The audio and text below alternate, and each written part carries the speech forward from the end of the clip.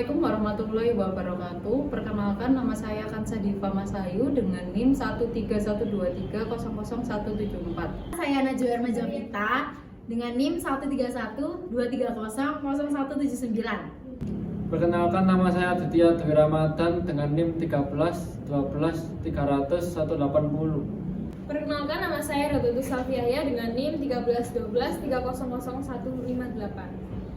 Perkenalkan, nama saya Akmat Faris Ramadhani dengan NIM 1312300 160. Perkenalkan, nama saya Freddy Mesantoso dengan NIM 13123000178. Di sini kami akan mengkritik teori Mikhail Bakunin yang menentang adanya tokoh agama dan tokoh politik. Mikhail Bakunin adalah seorang tokoh anarkis, revolusioner, dan sosialis asal Rusia. Beliau dikenal sebagai pendiri anarkisme kolektivitas dan merupakan salah satu pemikir anarkis terkemuka. Namun, terdapat beberapa kritik terhadap Mikhail Bakunin dan pemikirannya. Salah satu kritik terhadap Mikhail Bakunin ini adalah terkait dengan perbedaan pandangan antara Mikhail Bakunin dan Karl Marx. Mikhail Bakunin menentang ide-ide tertentu dari sejumlah Marxis yang berpendapat bahwa tidak semua revolusi perlu menggunakan kekerasan. Pertengkaran antar Bakunin dan Marx menghasilkan perbedaan antara anarkisme dan Marxisme. Mikhail Bakunin juga mengeluarkan dari kelompok arus utama Marxis dan perjuangan kaum anarkis dianggap bukan sebagai perjuangan sosialisme. Selain itu, ada juga kritik terhadap anarkisme yang diidentikan dengan tindakan kekerasan dan pembunuhan sebagai basis perjuangan mereka.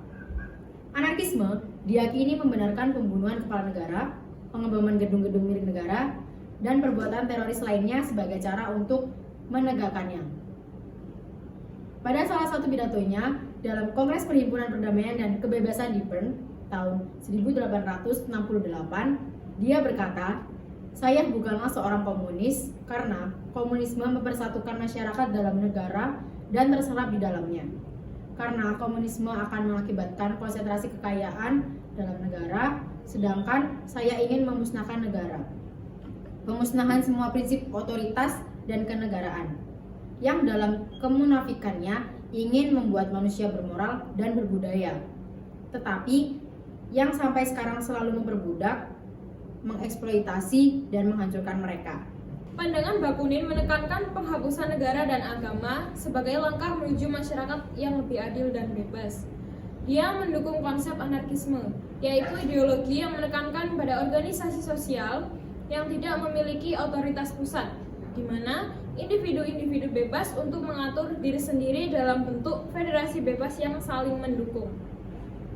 Namun, apabila pemikiran ini diterapkan pada negara Indonesia, sangat tidak sesuai, karena harus kita ketahui bahwa Indonesia memiliki ideologi yang sangat kuat, yaitu ideologi Pancasila, di mana semua warga negara yang ada di wilayah Indonesia wajib menjalankan ideologi tersebut.